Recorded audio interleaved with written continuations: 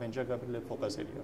সেভাবে আমরা ওখানে যখন ইনভেস্টমেন্টটাকে করার চেষ্টা করি তখন আমরা ওইটাকে বিভিন্নভাবে বিভিন্ন দিক থেকে আমরা একটা 360 ডিগ্রি অ্যাপ্রোচে ওটাকে স্টাডি করে দেখেছি এটা হচ্ছে একমাত্র বা অন্যতম একটা ইন্ডাস্ট্রি যেটার ডেভেলপমেন্টই হবে চট করে নেক্সট 20 বছর বা 30 বছরে কোনো স্ট্যাগনেন্সি দেখতে পাচ্ছি না।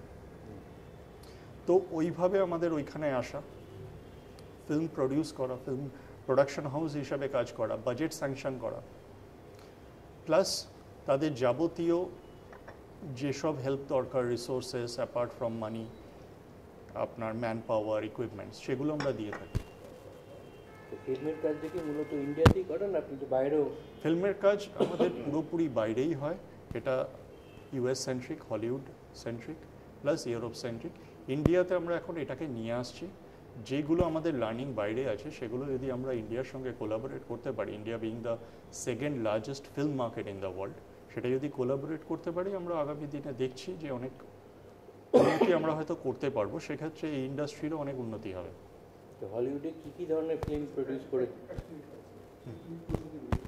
ফিল্মের কাজগুলো, যে ফিল্মের কাজগুলো করেন এগুলো কি মূলত দেশে না বিদেশে? হলিউডেও তো আপনি অনেক বই প্রযোজনা করেছেন। দেখুন, আমরা আমাদের অডিয়েন্স বুঝতে বলি গ্লোবাল অডিয়েন্স, আমরা চালু করেছি ইন্ডিয়া থেকে, মূলত যে প্রোডাকশন বা প্রডিউসিং করে থাকি সেগুলো দেশের বাইরেই করে থাকি। এগুলো কোলাবোরেটিভ প্রোডাকশন হয়, যেখানে আমরা আমাদের এক্সপার্টিজ দিয়ে আমরা রিসোর্সেস প্রোভাইড করি, বিট মানি, বিট আপনার manpower resources, be it the equipments যেটাই আছে, প্লাস ওদের বাজেট স্টাডি করি, বাজেটটাকে অ্যাপ্রুভ করি, করে তারপরে আমরা রোল আউট করি। তো we are one of the funders in that, যারা অ্যাকচুয়ালি এই পুরো ফিল্মটাকে একটা কন্ট্রোলের মধ্যে রাখার চেষ্টা করে। আচ্ছা, মানে শুধু নর্মালি প্রডিউসার বা প্রযোজনা যা বলতে বোঝায় টাকা দিয়ে দিলাম সেই রোলের মধ্যেই আপনাদেরটা সীমিত না, এখানে আমি জাস্ট একটা পয়েন্ট অ্যাড করতে চাই, প্রডিউসার বা প্রোডাকশন মানে যে শুধু টাকা দেবে এরকম কিন্তু না। সেই ধারণাটা হয়তো কিছু ক্ষেত্রে বিভিন্ন জায়গায় আছে, বাট যদি আপনি হলিউড, হ্যাঁ প্রচলিত আছে, বাইরে যদি আপনি দেখেন যে কোনো অ্যাডভান্স কান্ট্রি, ওখানে প্রডিউসার মানে সে হচ্ছে একজন যে পুরো রিসোর্সেসগুলোকে অ্যারেঞ্জ করছে, রিসোর্সের একটা পার্ট ফান্ডিং হিসেবে বা অন্য ম্যান পাওয়ার রিসোর্স হিসেবে বা ইকুইপমেন্ট রিসোর্সেস হিসেবে দিচ্ছে, আর পুরো জিনিসটা অর্গানাইজ করতে হেল্প করছে। আমরা ওই পার্টটাই করছি, আমরা কিন্তু শুধু ফান্ড বা শুধু ফিনান্সার হিসেবে না, ওখানে প্রডিউসার হওয়াটা একটা কোয়ালিফিকেশন।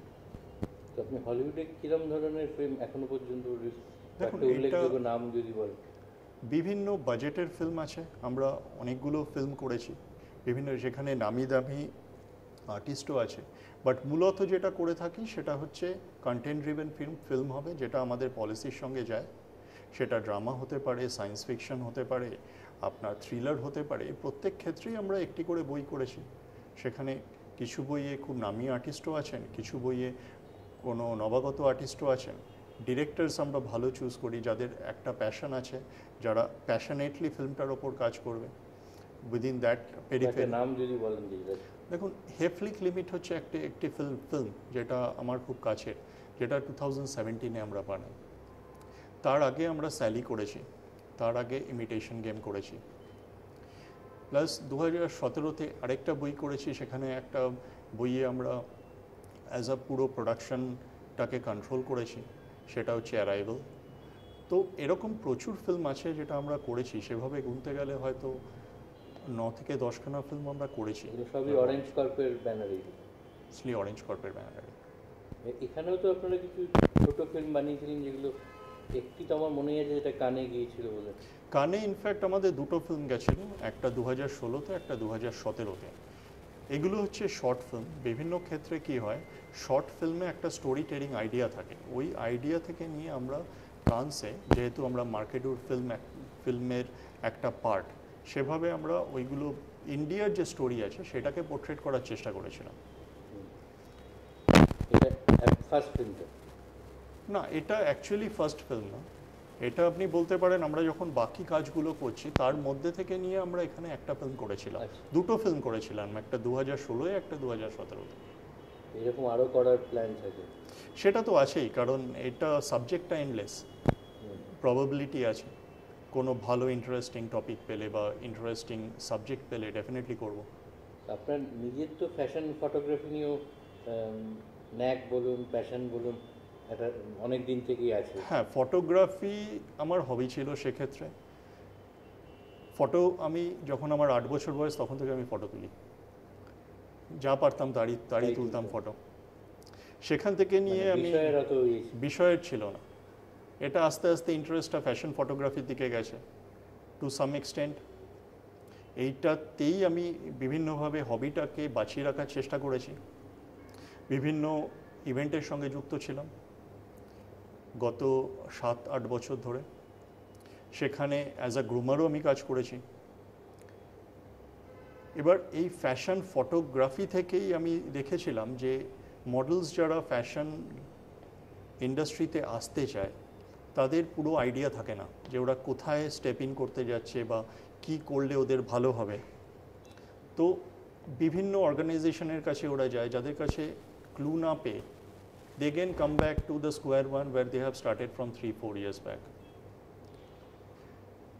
তো সবার কাছে পৌঁছানো সম্ভব না at a time, R with global emphasis on platform oriented e-commerce আমরা একটি ই-কমার্স এডুকেশনাল প্ল্যাটফর্ম ডেভেলপ করেছি যেটা গত 1 বছর ধরে অনলাইন রানিং হচ্ছে, যেটার নাম হচ্ছে modelsmust.com। এটা শুধু মডেলসদের জন্য? এটা এডুকেটিভ প্ল্যাটফর্ম ফর মডেলস। এখানে যাবতীয় যে কোনো প্রশ্নের উত্তর অলরেডি দেয়া আছে, প্লাস রেগুলারলি আমরা এটাকে আপডেট করি নতুন কোয়েশ্চেন দিয়ে। প্লাস কোনো মেম্বার বা কোনো মডেল যদি কোনো কোয়েশ্চেন আমাদের এই ফোরামে করে সেটাকে আমরা আনসার করে থাকি। That's kind of FAQs for models. FAQs না, FAQs বললে ওটা অনেকটা সীমিত হয়ে যায়। এটাকে আমি বলবো একটা টিউটোরিয়াল যেটা এক্সাম্পল দিয়ে বুঝিয়ে দেয় জিনিসগুলোকে, কি করলে কি হবে, কখন এজেন্সির কাছে যাবে, কারো যদি হাইট কম থাকে সে মডেলিং করার জন্য ডিজায়ারেবল ক্যান্ডিডেট কিনা, কারো যদি কমপ্লেক্সনে কোনো ডিফারেন্স থাকে, কোনো কাস্ট থাকে, এটা কাস্ট বর্ণ এইসব নির্বিশেষে এটা একটা পোর্টাল যেখানে যে কেউ লগ ইন করতে পারে, যে কেউ লগ ইন করে ওটা দেখতে পারে। যদি মেম্বার হতে চায় ওখানে মেম্বার হওয়ার অপশান আছে। তো everything is there in itself. তাছাড়াও যদি কারো কোনো প্রশ্ন থাকে তারা ওখানে জিজ্ঞেস করতে পারে, আমাদের ফোরাম থেকে ওটাকে 24/7 আনসারিং করা হয়। এর পুরো ব্যাক এন্ড সিস্টেমটা আমরা জার্মানিতে মেনটেন করি, তো পুরো ডেটাবেসটা জার্মানিতে মেনটেন হয়। এটাও ল্যাঙ্গুয়েজ নিউট্রাল, মানে এটা ইংলিশে যদিও এটা আমরা ইন্ডিয়াতে বেশি প্রমোট করছি, বাট এটা anywhere in the world any model can take a lesson out of it. আপনার আর একটা পরিচয় ভেঞ্চার ক্যাপিটালিস্ট। তো এই ভেঞ্চার ক্যাপিটালিস্ট হিসেবে কাজ করতে গিয়ে ধরুন এমন একটা সময় আমি কাজ করছেন যখন স্টার্ট আপ ইকোসিস্টেমটাও গ্রো করছে ইন্ডিয়া। তো আপনার অভিজ্ঞতাটা কীরকম, মানে হাউ ডু ইউ সি যে ইন্ডিয়ান স্টার্ট আপ ইকোসিস্টেমটা কীভাবে গ্রো করছে, বা আর কি হলে ভালো হতো? দেখুন, একটু এটাতে ডিফার করব আমি। স্টার্ট আপ ইকোসিস্টেমটা ইন্ডিয়া হয়তো ডেভেলপ করছে, কিন্তু যদি আপনি অ্যাজ আ স্টার্ট আপ দেখেন, যতগুলো না স্টার্ট আপ নতুন ক্রিয়েট হচ্ছে তার থেকে বেশি স্টার্ট আপ ক্লোজারে যাচ্ছে। অনলি বিকজ এর প্রচুর স্টার্ট আপ না জেনে এন্টারপ্রেনিয়ররা খুলে ফেলেছে, ঝাঁপিয়ে পড়েছে।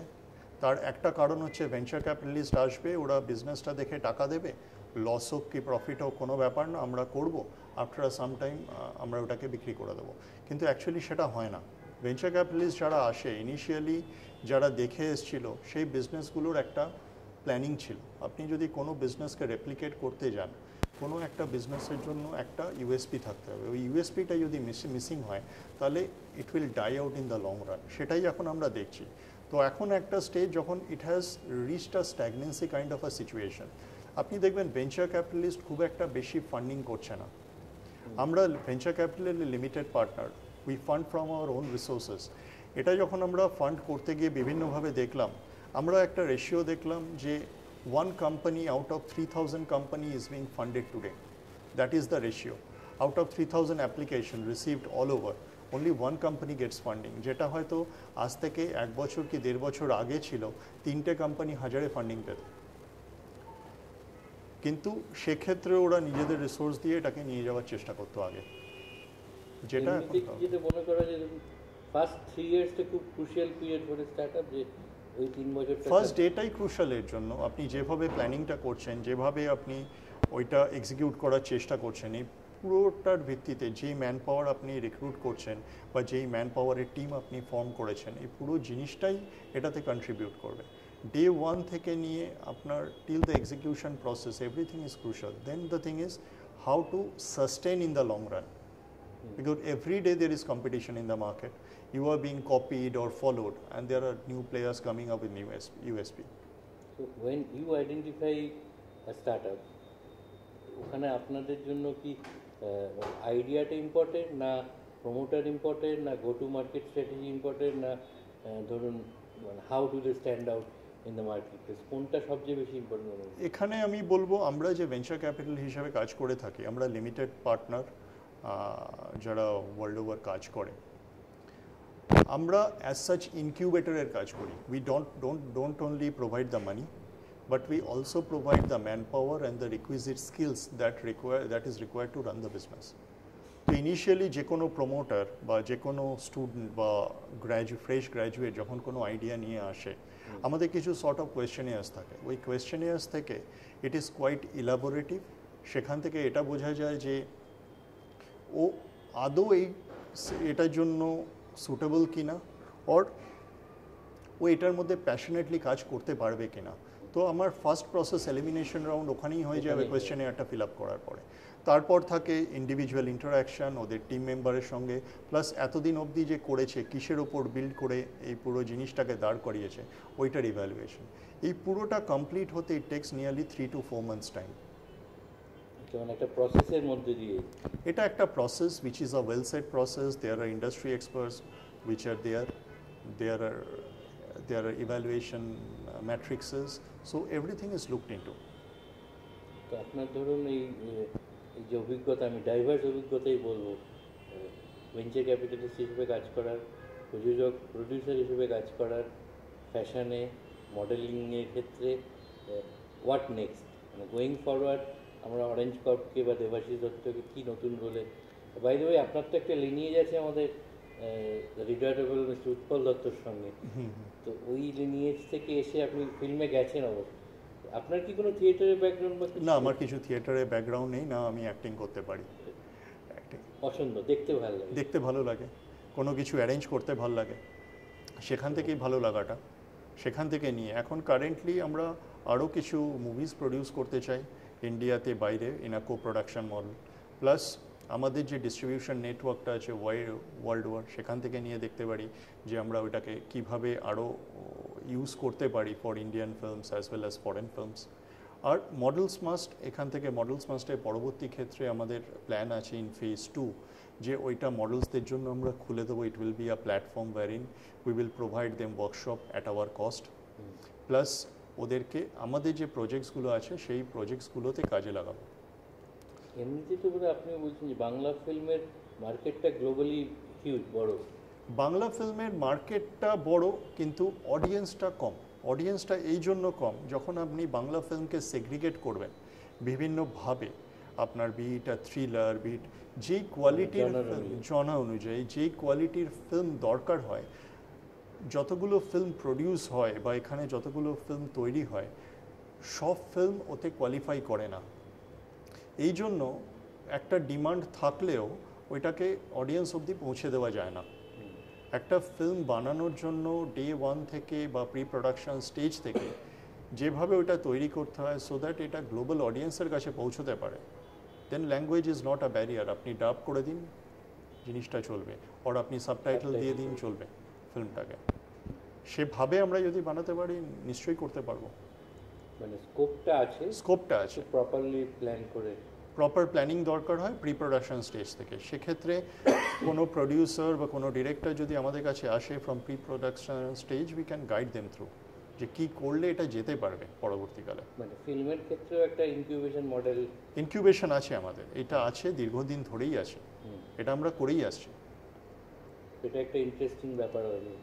নতুন যারা একেবারে ফিল্ম বানাতে চাইছে, আমরা জেনারেলি নিশে ক্যাটাগরিতে কাজ করি, যেখানে আদার প্লেয়ার্স খুব কম আছে, বা এটাকে আপনি বলতে পারেন নতুনভাবে ভাবার চেষ্টা করি। মানে একেবারে ধরুন ফিল্ম ইনস্টিটিউটের স্টুডেন্টরা বা ফাইনাল ইয়ার স্টুডেন্ট, তারা একটা কিছু প্ল্যান নিয়ে আপনাদেরকে যেগুলো, তাদেরও আপনারা হেল্প করে একটা জায়গায়। ওরা যদি একটা কিছু নিয়ে আসে যেটা দেখি যে এটার মেরিট আছে, যে ডিরেক্টর বা যে প্রডিউসার যে কথা বলছে তার একটা পার্টিকুলার সেন্স আছে হোয়াট হি ইজ টকিং, তাহলে আমরা ওনাদের গাইড করতে পারবো। তো গোয়িং ফরওয়ার্ড আপনি কি হলিউডের ফিল্মে বেশি আসবে না রিজিয়নাল ফিল্ম, বেঙ্গলি ফিল্ম? দেখুন, we are open to the idea, we are flexible, it is a for global audience. তো আমরা ওপেন, ইন্ডিয়াতে যদি আমরা ভালো প্রসপেক্ট পাই কেন করব না, গ্লোবালি ভালো প্রসপেক্ট পেলে কেন করব না। ইট ইজ আফটার অল, বাইরের ফিল্ম এলেও ইন্ডিয়ান অডিয়েন্স দেখবে, ইন্ডিয়ান ফিল্ম গেলেও বাইরের অডিয়েন্স দেখবে। এখন তো মানে জিওগ্রাফি নিয়ে তো কিছু না, আমরা আজকে ওয়েবসাইট সার্চ করছি, আপনার any one can serve the website on any one anywhere.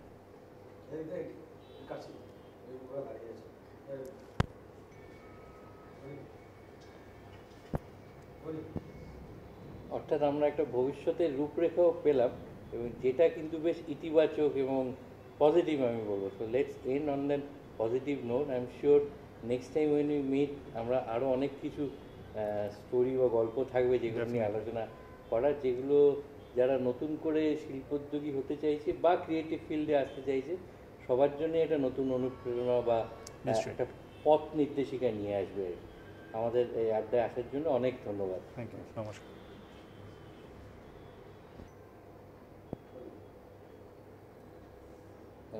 নমস্কার, বংফ্লিক্সের বং টক্স উইথ ঋত্বিকের আড্ডার আসরে আজকে দেবাশিস দত্ত আমাদের সঙ্গে আছেন, অরেঞ্জ কর্পের কর্ণধার। নমস্কার। এটাতে কি হয়, যখন আমরা মডেলস মাস্টকে যেভাবে প্রমোট করব ভাবছি, এই প্রমোশনের ফার্স্ট ফেজটা আমরা অলরেডি করে দিয়েছি। এটা হচ্ছে একটা এডুকেশনাল ওয়েবসাইট, যেটা কেউ দেখলে, জিনিসটা করলে ওরা একটা আইডিয়া পাবে, প্লাস যে কোনো কোয়েশ্চেন বা যে কোনো ওদের নিজস্ব অনেক কিছু ইয়ে থাকে ভেতর থেকে যেগুলো বেরোয়, সেগুলো আমাদের কোয়েশ্চেন করতে পারে। আমাদের যে 24/7 হেল্পলাইনটা আছে, এগুলো ওদের আনসার করবে সব কিছু, আর পুরো ব্যাক এন্ডটা নিজের থেকে সেটার উত্তর দিন। নিশ্চয়ই। রেসপন্সটা কিরকম পাচ্ছেন মোটামুটি? ধরুন মডেল যারা আসছে তারা কী কী ধরনের প্রশ্ন বা কী কী জানতে চাইছে বা কী কী ধরনের আগ্রহ পাচ্ছেন?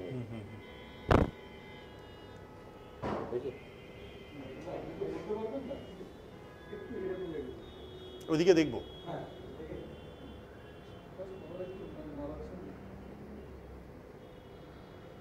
আমাদের তো চললো না, লাস্ট সমাজ ধরে এক্সটেনশনের উপর এক্সটেনশন করে যাচ্ছে, শুধু এনসিএলটি প্রজেক্টটা হচ্ছে,